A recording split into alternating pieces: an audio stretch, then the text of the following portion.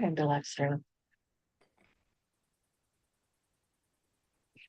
It's not me, it's I don't know. That's why we need the 10 minutes in between. I'm sorry.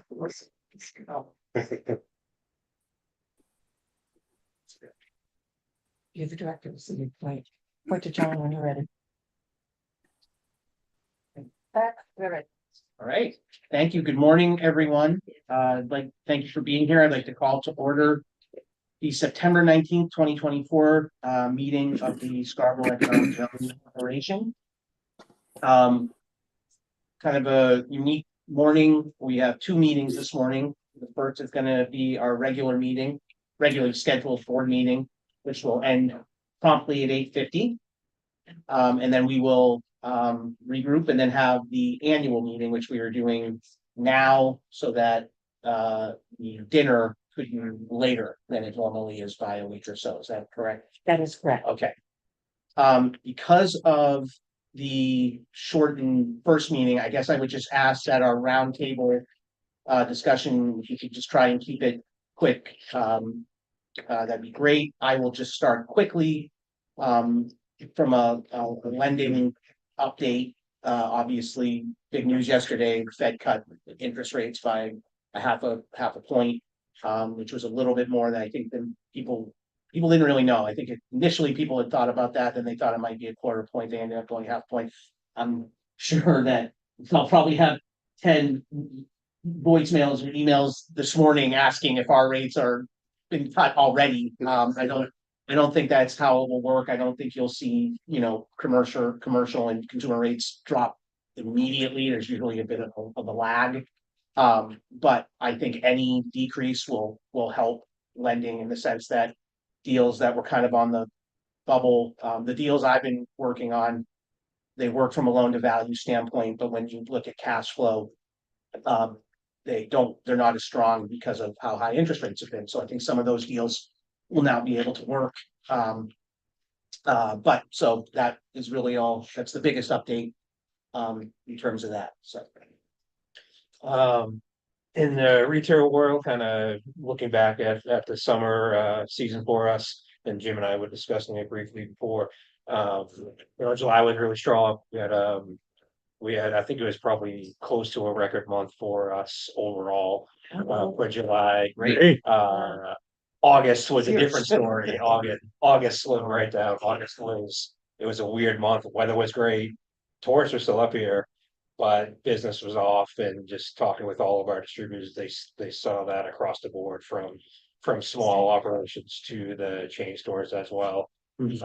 Again, people were here, but they just weren't spending as much, or they were choosing to spend the money elsewhere. Not really sure what the reason was, but and September has kind of started in that same realm as August, a little off so far. And again, factoring in the weather, how nice to spend, it's really hard to figure out why at this point. But hopefully that trend won't continue for too long, and we'll see the holiday season here soon and kind of get us right back through it. So maybe you actually just need a rainy weekend where people just stay. It's too much. No, Yeah, good. Something to that.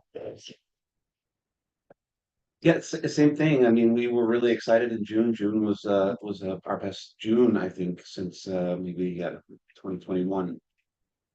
So it felt like the summer was getting off.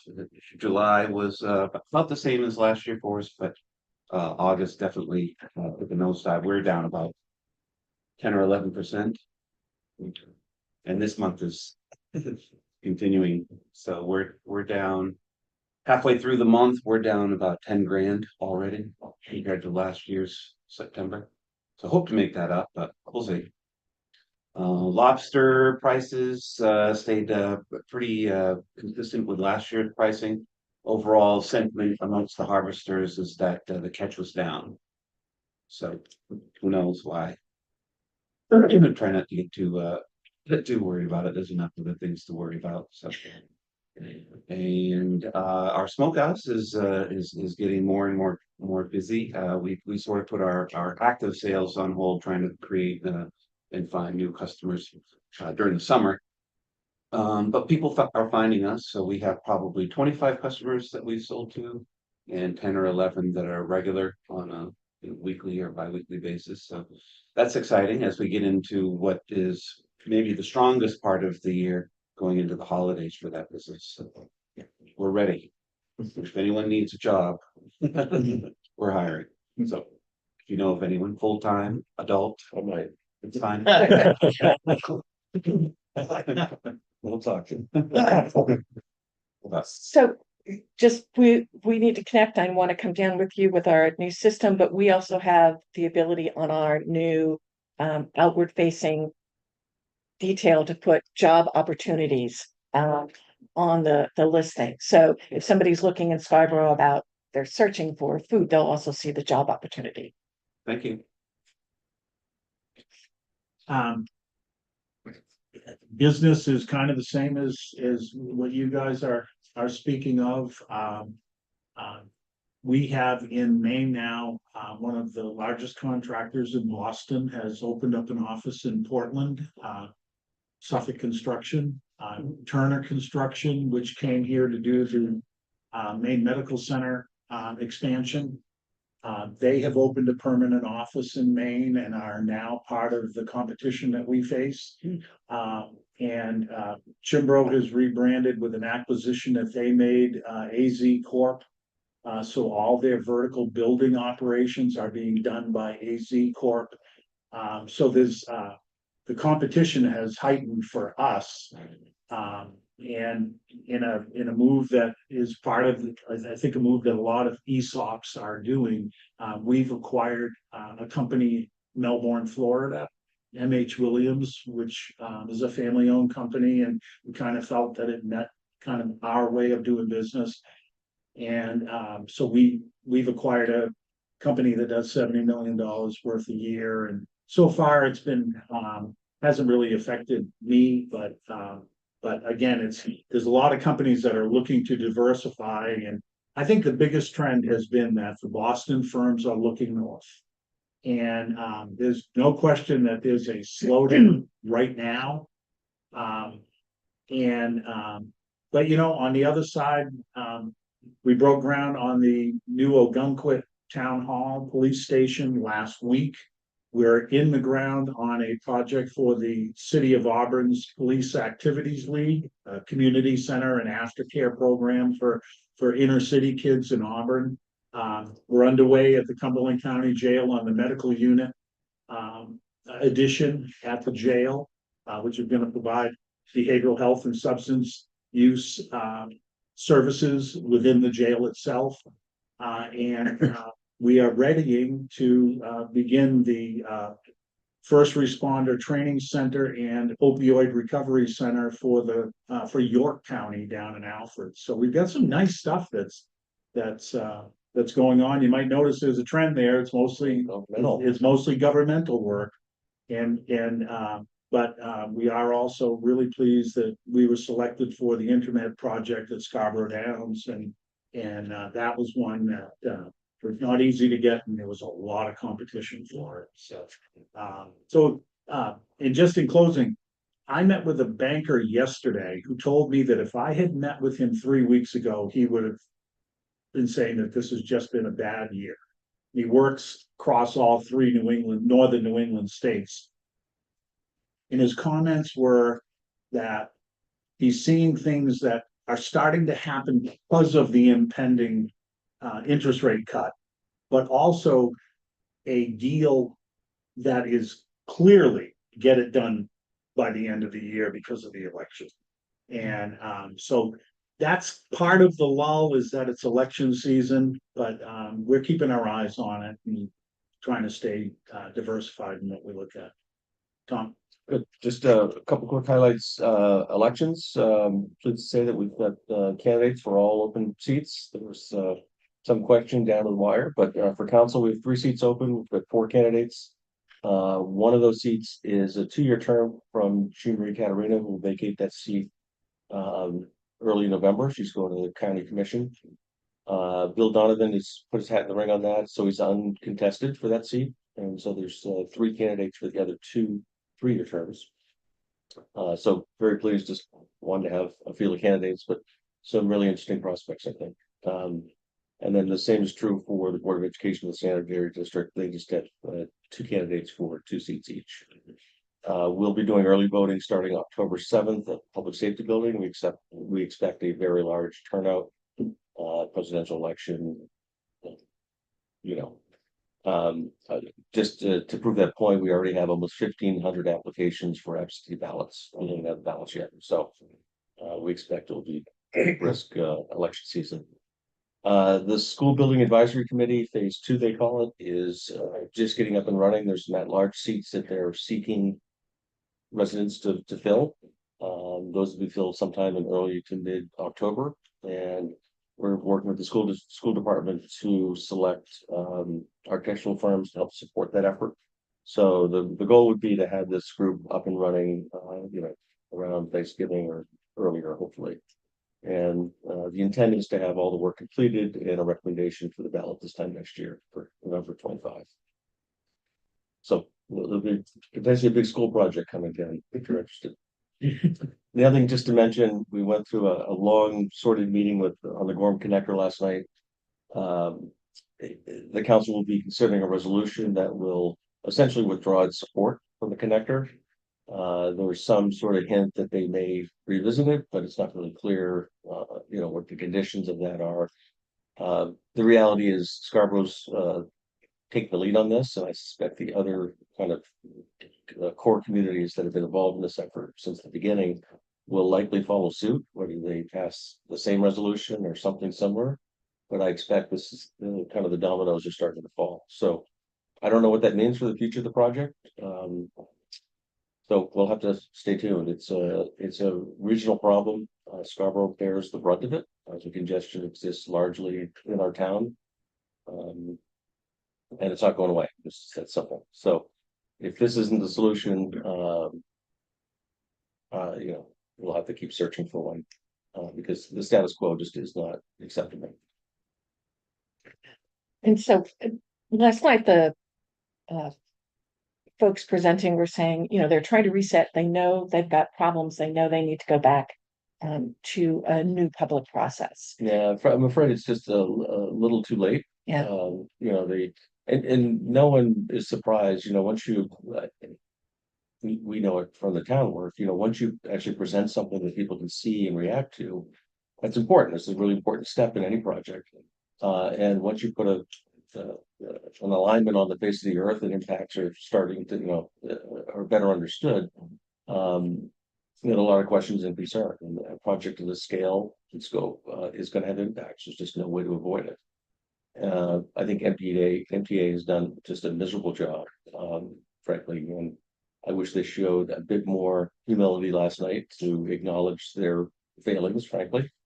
I'm not sure they can recover from them, frankly. And then they've got a change in leadership, and they, for obvious reasons, I think really need to reset with a new executive director in the seat. So that's 6 or 8 months out, as far as I can tell. What happens between now and then is going to be interesting. Yeah, I don't know how much time we have. I think this is an important topic for everybody. Yeah, and I just want to, a couple of things. One, I tend to agree with Tom. I think with the change of leadership with Peter Mills being gone, and I think if the towns start to pull their support, I would question project's future. What I remember saying when we met out in Gorham, I was just taken aback by the lack of business owners or residents willing to speak in favor of it. And I think Jean Marie Caterina was quoted as saying, I know people who are for this, but they are afraid right now to come out and support it. And I think the turning point was really Smiling Hill Farms, that sort of took the debate on a personal, more sort of divided path. If there's not a coalition willing to speak out in support of it, I don't see it.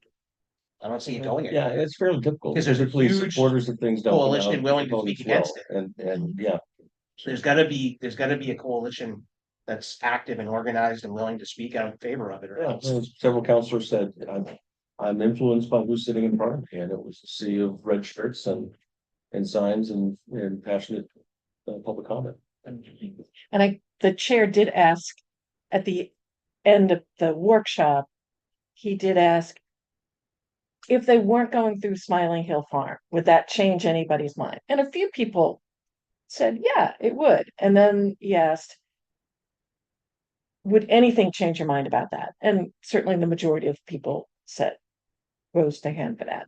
And I was very glad he asked that question because it was, Paper said that a lot of the people who rose their hands the first time rose them again the second time. yeah, that's true. Yeah. Yeah. So stay tuned. I'm really not sure. I think it's teetering on a very precarious spot right now. Two things, just in conjunction with what Tom was saying about the election. To put some perspective to it, 4 years ago at the last presidential, we had 7,000 absentee ballots that we processed. So we still have quite a ways to go, but we're expecting additional. Please, my numbers are all rounded, don't quote any of the numbers. I just worked it out. We currently have about 20,000 voters right now in Scarborough, based on our population of roughly 24,000. So, and I believe that since we've been talking about the election, we've had roughly 1,000 new people come in and sign up to vote. A lot of young people. So Okay. just some interesting thoughts about the election. Second thing I'll say is in regards to long range planning. At the last meeting, we took an item that has been an agenda item that I can remember for years, which has to do with food trucks. And we actually finished a recommendation that we are pushing through to the ordinance committee on how we feel at long range they should take a look at what to do with the food truck process. So I know Rick actually chaired that meeting. I was unavailable to be there. But that is move forward and I think a giant step for Scarborough because it's been something people have not wanted to touch. They talk about it a lot, but they've never wanted to do anything. So, And really the approach right now is a food court, so a court. Right. So, an area that's designed, set up for food trucks to be at, as opposed to just traversing the town, parking wherever they like.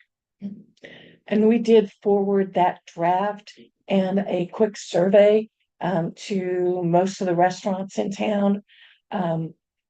So when we've gotten some feedback, not a lot, and we're going to do another outreach to those folks and probably hold a public hearing, not a public hearing, but an outreach workshop for them.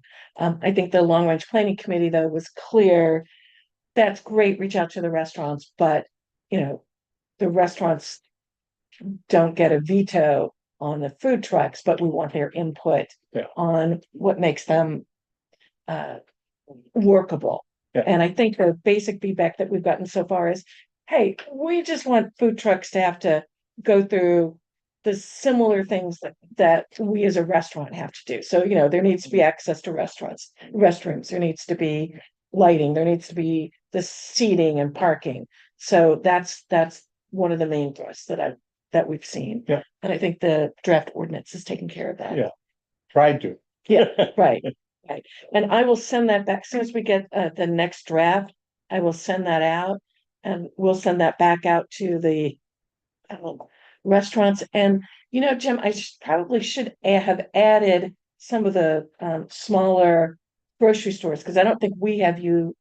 I'm not sure if we have you classified as a restaurant in our data set. So I think we'll do a wider reach when we send it out probably this afternoon. Did you get a survey from us? Not sure that it did. Okay, so I think that's it. Did it come out yesterday? Actually last Friday. So we'll widen that reach a little bit to catch some of the smaller sandwich shops and things like that may not be classified as a restaurant. Is there any sense for where the food court would be? Yes, the Downs would like to have a temporary food court on site, until the downtown really starts to. uh, Morning, John. So yes, it is not limited to them. It's a, townwide, uh, ordinance, but they are the ones who are most interested at this point in doing a court. And Ellen, I don't know if you want to talk about the, planning board workshop on Monday. There's been two things that's actually happened. One a little over a week ago, maybe, where the Downs invited the planning board, SEDCO, and I think Long Range Council. and the council, yep, to actually do a walking tour of things that have happened at the Downs and what they're trying to do to meet a lot of the environmental impacts and concerns that they have been addressing. And then Monday night, they also had a meeting to give a little bit more information about what they're doing and what's coming and their plan for development kind of in some steps. And so that you can start to see how they're envisioning the physical downtown area to try to take part, to try to step it through. So the object of the meeting was intended, I don't want to say solely, but mostly for the planning board, so that they could kind of visualize what's coming at them. But it was open to the public, and I found it to be interesting, although I wasn't sure that I had a good visualization even after they were done. But I think I'm a visual kind of person. So when you look at a parking lot and you're trying to see what a building's gonna look like, I wasn't doing a great job at that, but. Dan's favorite phrase is, "We haven't gone vertical on that yet." We haven't gone vertical, yeah. Uh, But I mean, you can tell there's been a lot of thought that brought in people from Boston that have experience in how to lease, for example, how to attract certain people to come in. If you want to do mixed development and you want some smaller kinds of business, or you want some national chains, or you want local people, for example, to be part of that process. They brought in people that have a focus in doing those types of things, so that the vision that they have, they can start to bring together and make it work jointly. So it's not, don't expect all local or don't expect all national. They're really working to bring in a mix. Was the message I Yeah, got. Karen, I might suggest the link for that workshop is up and available. Maybe you can Good. share that report. Sure. So the only thing about the workshop, I would say, and from last night too, is there any way we can get a speaker in the back of the chambers? Yes. You know, it's very hard to hear. And Here. yeah, Yeah. so just a thought. Everybody around me was like, what are they saying? I had my hearing aids on high and I was still struggling. I gotta tell you, the quality of the video is definitely noticeable. It's a noticeable Yeah. improvement. Good. Of the meeting itself.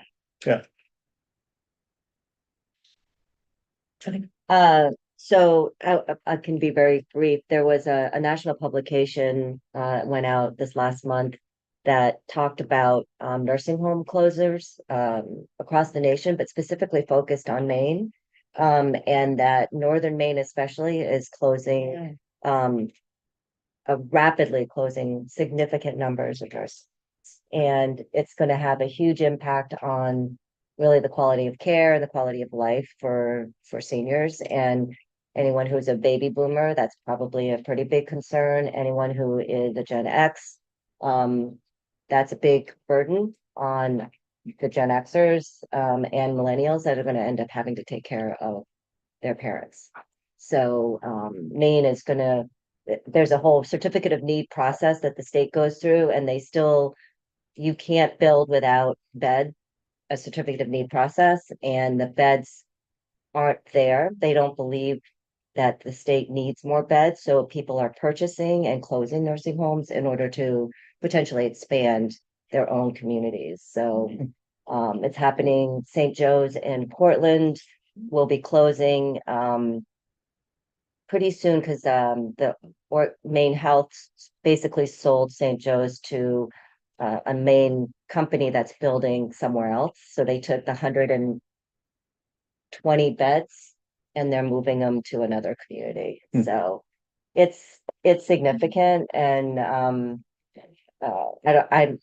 there's no solution right now. I think that legislation probably needs to get involved in allowing for more beds to be allowed so that you can have quality beds, not just any kind of nursing home opening up. But the other issue is the federal Medicare program for rehabilitative services is very expensive, and the reimbursement is not enough to cover costs for rehab. So nursing homes again are sort of closing out rehab services, which is again just a national issue, but locally it's going to become an issue. So just kind of putting that out there.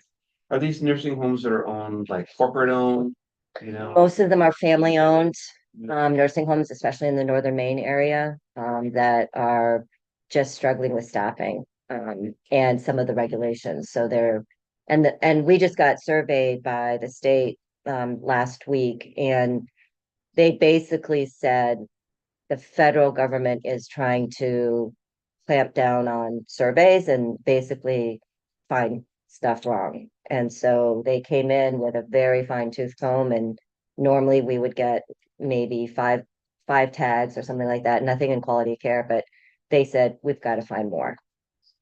And they were very minor, but it was because the federal government is really saying which is not a bad thing, right? You want them to find things, but at the same time when they're really searching. So anyway, I have. Sorry. Yeah, that's mind boggling, and the old one of where the Oh, the state in state. the country. I'm just gonna echo what John said, the interest rate decrease is hopefully gonna be a huge bump in business. Normally, we're very busy in the spring, because we are a seasonal town. That was not the case this year. We were very slow, but since I'd say the opposite of your schedule, since August, we've gotten very busy. A lot of people starting businesses, buying businesses, a lot of transfer of ownerships still happening, very little in real estate. Though that is starting to pick up a little bit.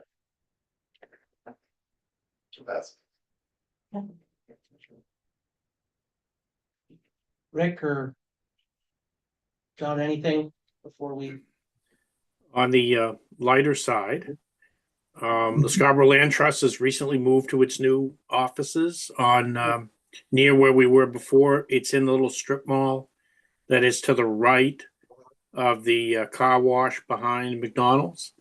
It's a dramatic increase in space and functionality, and I would encourage you, if you have a few minutes, to stop by and visit the office. One of the nice things about it is we now have a shop where you can buy books and other swag relating to the land trust specifically and environmental matters generally. So we're very pleased to have that storefront facility, and please stop by and see the staff.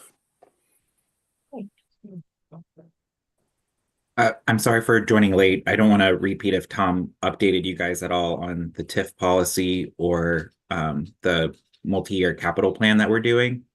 So I don't know, Tom, if you touched on those things. No, it's all you. Okay. So we are, staff has been working to update the TIF policy. I'm not sure, Karen, I can't remember if it came to this group or not. I know it went to Housing Alliance, but essentially the TIF policy that we had, it did? Okay. Yeah, no, we can talk about it today, so. Okay. But go ahead, the introduction. Yeah, so really it was trying to add in the affordable housing element. So interested to get the feedback today so that we can figure out how to expand that policy to account for affordable housing. And then the other piece is, with all of our large capital projects that are on the docket, we are trying to revisit, and understand our financial situation to know timing and when we can do these things.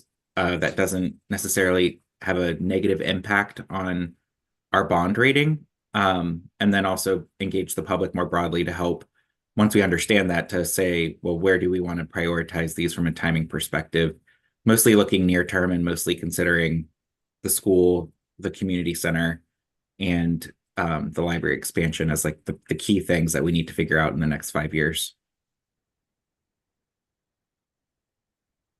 Right, well, thank you. Great updates from everyone. Moving on to the approvals. Yes, one thing, because I didn't see it in the folder, Margaret had already done all the financials, but I forgot to send them to you, so if we can vote to table the financial approvals for this month. Actually, it would be for July and August, or? Yes, July and August, we'll need to So table number that. 2, we'll table that, okay. First approval is the June meeting summary. Could I have a motion to approve, please? Move to approve. Second. Any questions or comments on the meeting, on the minutes before voting? And all in favor? Aye. Any opposed? Okay. Okay. Could I have a motion to table the approval of the financing? So move. Second. Any questions or comments? All in favor? Aye. Any opposed? Okay. And do you want to Yes, speak I'll on the speak to audit the really audit. quick before we? Yes, just quickly, we were informed last week by our long-term auditor that due to some illness and other things, he will not be able to do our audit this year. So we were scrambling last week. I believe we are in the process. We have talked with RKO and they are willing to do it. It's going to be a little bit later than we would normally like, so we'll have to file for an extension on our federal tax return, which is not really a big deal. There's an automatic 6-month extension no matter what. But I will hopefully get a contract from them today or tomorrow, and we'll be able to move forward on doing the audit. So they're very nice, and I've worked with them before at GP Cog, so I feel pretty confident about them. And we have a backup if for some reason that doesn't go well. Financial impact. Don't know that yet. That's one of the things I'm waiting to hear. I'm hoping that they will accept what we have. You need an approval of the change in the audit. You know what? Because I don't have a contract yet, I don't need a vote on that. Oh, okay. It's basically an information where we don't really have a choice. We have to change auditors because Bill Dean can't do it this year. Okay, so no vote. No vote. Not yet. Okay. Thank you. So annual meeting? Annual meeting. So I've laid it out on the next page of your packet. So we laid out some of the roles on the welcome. I did have a question towards John. John, would you prefer to do the welcome because you've been our liaison, or do you want Nick to do it? It's really up to you. I think it's up to you as our liaison. I can talk to Nick and see what his preference is. I don't have a issue with him doing it if he wants to as chair. Okay. All right. If you wouldn't mind doing that, that'd be awesome. And both, you can both be up there if you like. Say you both good. Yeah. Didn't we do that last year? Didn't we both? May have. I think can't remember. whoever was the liaison was there as well. I Yeah. feel like. Yeah. Yeah. And then if We can tag team. Yep. there you go. And John, if you wouldn't mind just doing an introduction of the counselors who were there at the podium, just say, hey, I see counselors X, Y, and Z. That would be awesome. And then John, you'll do the introduction of sponsors and the board members. Tom, I have you down for introduction of staff again. Yeah. Okay, great. And then we have project of the year. We don't have the final tallies yet because I think Doing mine today. Sorry. Okay, that's all right. But can we just go ahead and say, who would like to do project of the year, in terms of the introduction? Even if you don't know who it is. Would you rather wait and, okay, we'll get those out today in terms of what the finals are, and then people can tell me what, if they have got a preference for that. The finalists. They're in the survey. I'm trying to remember. Can't- Basically, yeah, they're basically the same ones we talked about, because we haven't done a vote at all yet. So we have a little more time since it's October 28th, so but we do want to get those wrapped up this week if we can. And then I'll do a quick sort of by the numbers piece. We've got another award. And then I think for highlight of activities, I think let's do, if Magda doesn't, threaten to quit, let's try to do a video of that so it's very timely and a little more lively. I think for me, it was sort of problematic going back and forth and back and forth. It made it a little bit awkward. We've got better equipment this year, so hopefully we won't have a technology problem. But I think if we could run a video of the activities, and that way we could actually have some of you guys participate in that video, but it keeps it tight for 5 minutes of what we do. Plus, this year we do have the activity report too that people will receive when they register. And then we talked about doing a quick video on farming, and that will wrap us up for the evening. So that's the draft as we see it. Is there anything else that you guys would like to do, or is there anything you want to cut? Feel free to cut me if you like. Just saying. Remind me of the spotlight on farming. That was just a decision to profile an industry, and I think the board brought that up at their subcommittee meeting. Why don't we do a little feature on food production, the small businesses that we have, and farming, sort of aligning with the discussion on open space and sustainability. Let's look at farming. And it's just going to be a quick overview of the industry here in Scarborough. But if anybody has any ideas, feel free to speak up. In the past, we did a brief segment on folks that had done a lot of work for the town that we had lost over the course of the year. Do we still want to do that? Does anybody, I'm trying to think if we have anybody in that category. I'm sure we do. I just probably don't know about it. That's the danger, is you're gonna get someone. Yeah. To start. That one year was particularly, There were like Yeah. 4 or 5 people. yeah. Capital, I think, and probably the most highest Say that? profile. A Corp. Oh, right. I mean, that's who comes to mind for Yeah. me, That was a while ago, but it was this year. Wasn't it? though. Oh, it was not this year? No, no, Awesome. so I'll shut up.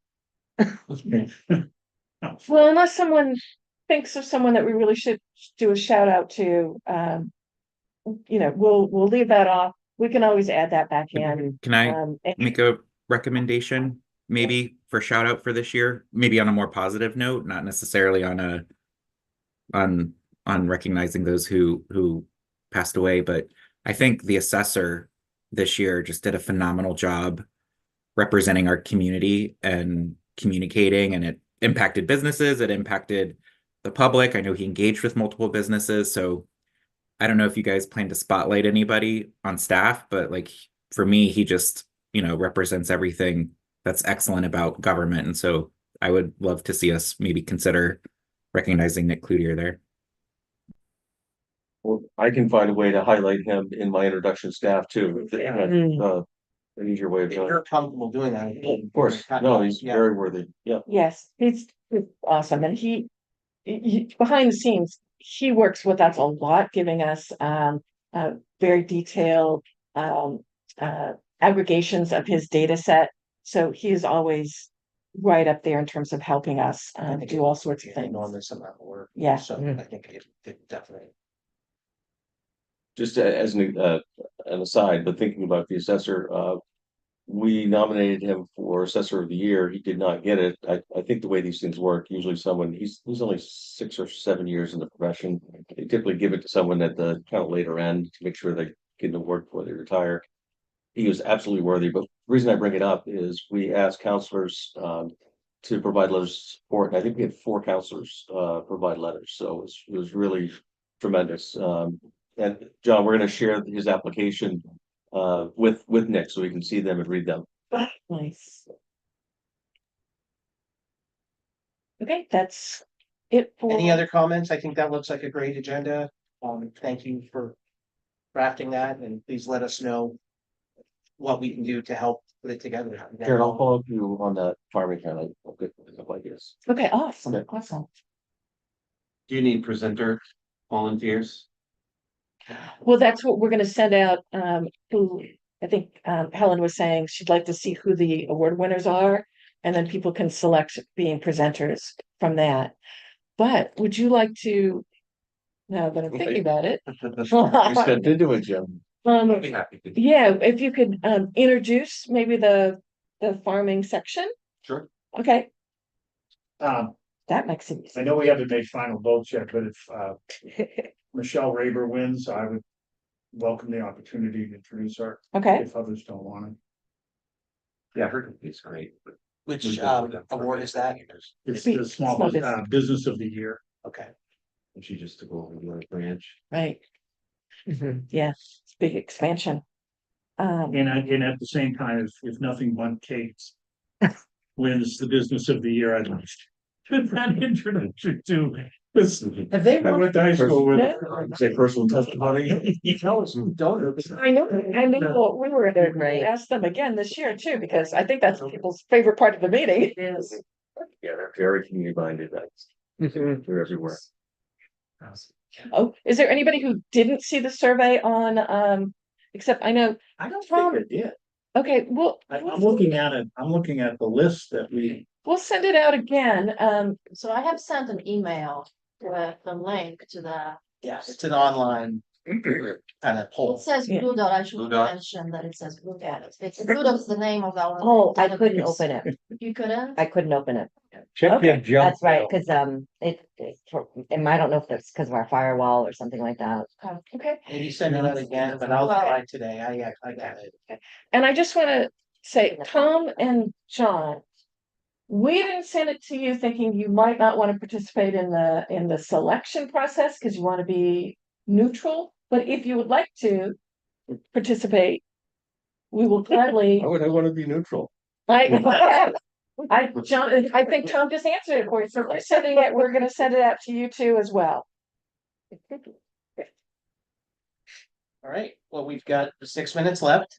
Thank you. Yes, okay. Everyone for, is that enough time for? the Yeah, last well, you know, what, I think it's enough time to do to ask the important question. So what I included in your packet was a draft of some policy updates with regard to the credit enhancement policy, credit enhancement agreement policy. And so right now the finance committee is working on that, and there's some changes that they had on this ordinance, and I have given everyone, and John, I'll send it to you as well, because I just did it yesterday, sort of a list of things that the finance committee commented on with regard to this draft. And then Tom and I took it to the Housing Alliance in the last week of August, and these are their comments.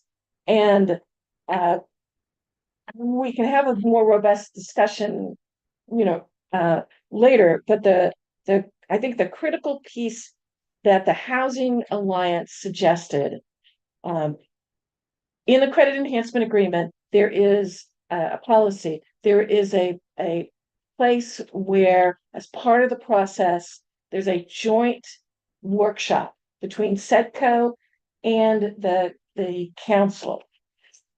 And we put that in the Housing Alliance one as well, and the Housing Alliance said, you know what, we really feel a little more comfortable working within our session and having that discussion during the meeting. And then rather than doing a joint workshop with the council or with the finance committee, actually it's with the whole committee, they'd rather just send their representative and be available, but they'd rather give the comments to the council ahead of time so that council can see it and have those comments for their workshop. And I know the finance committee will need to review that and talk about that, but that is one change. And I guess I'd like to know how this group would feel about that. Would you prefer to have a joint meeting with the council in a workshop format, really very much like the contract zone process with the planning board, and then the council have a joint workshop. So that is one method. And like I said, the Housing Alliance prefers doing it in-house and sending their comments ahead to the councils, so they have it ahead for the workshop. So those are two models about which way you would prefer to have that. How would you Recommend to the, how would you describe, I mean, our current process would be more like the latter, right? Where we have a meeting ahead of time, you've talked about it, we've come up, we maybe have taken some sort of vote on what our position is. Then we go to a meeting with a comment. Is that so currently. currently what you? Currently, the existing policy, which we have not done an economic development CEA under the policy that was adopted in 2020. We just haven't done one. We've had some applications, but they've either been withdrawn or they were stopped because they didn't meet the objectives. And so there hasn't been any that have come forward. But right now, the existing policy says you will have a joint workshop with the council. And that's where you first receive and will comment with the council on that application. Which Can time? Can I provide a perspective? So, in my opinion, affordable housing projects tend to be like one single project, but these economic development TIFs could be much bigger. And so to me, it feels like it would be more appropriate and actually more helpful to have a bigger audience and discussion when we workshop it, only because I think it just shows that there's other groups, other residents in town that are engaged in supporting the process versus just getting a piece of paper and a representative. Like, I think especially if it's a big ask, the more visible participation, I think, is really helpful for us to have, to kind of take out some of the politics a little bit, that the council's making these decisions on their own. And it's really the great work of our committees that help inform us, and giving you that opportunity to also share in that conversation, I think is important. I guess my only question is there a chance that whoever is taking part in the workshop is going to be making some sort of decision before the board has had a chance to discuss it? If we haven't discussed it previously and separately within our board, and go into it with a sort of a message or an opinion, or it's working on that, whoever might be taking part in that workshop gonna making some sort of decision before the board has had a chance to discuss it, is my question. Okay. So during a workshop, there wouldn't be any decision made at all. It's really, what are the issues here? What do we like? What do we not like? So it's not a hard and fast yes, no, whatever. It's definitely here's what's happening. Here's the best foot forward by that applicant, and then you and the council will be hearing it all at the same time. Essentially, it would greenlight me to take the next step. If it sounds favorable, I'm then tasked with negotiating the specific terms. So getting input up front, it's one, early read that, yeah, we like the concept, and maybe some more specificity would be helpful to before I sit down and negotiate the terms.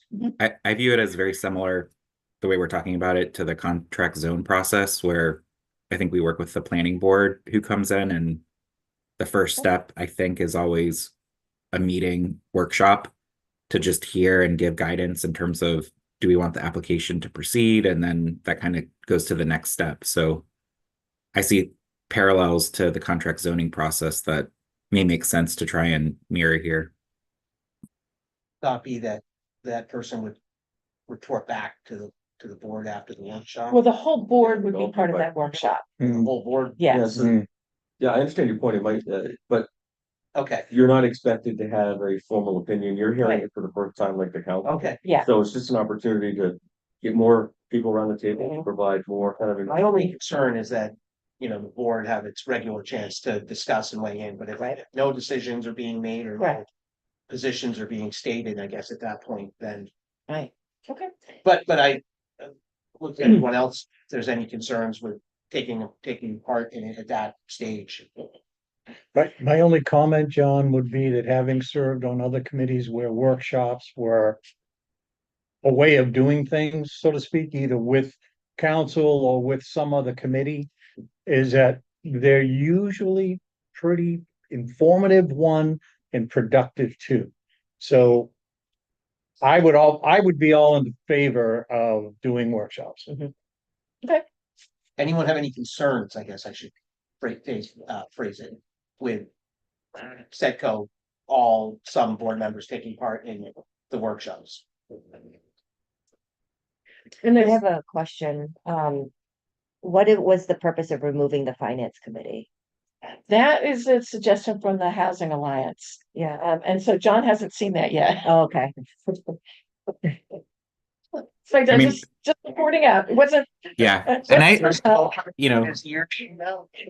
well, I would have no problem in theory with it, only because I think, you know, these are so big that it's important that I think they get, especially in economic development TIF, I would think getting into the full council is probably the first stop, and then there could be a second stop in the finance committee to look at numbers, just like there might be further SEDCO evaluation as well. Yeah, SEDCO, there's nothing that says after the workshop, it can't be on your agenda and discussed, because Okay. I believe John's comment at the last one is particularly when it's a larger CEA, more dollars involved, bigger area. He wants the public process to be very robust. And so an extra meeting Mhm. with SEDCO after the workshop is certainly feasible and within that timeline. Or anyone that, if, you know, can update the board through email or, you know, Right. yeah.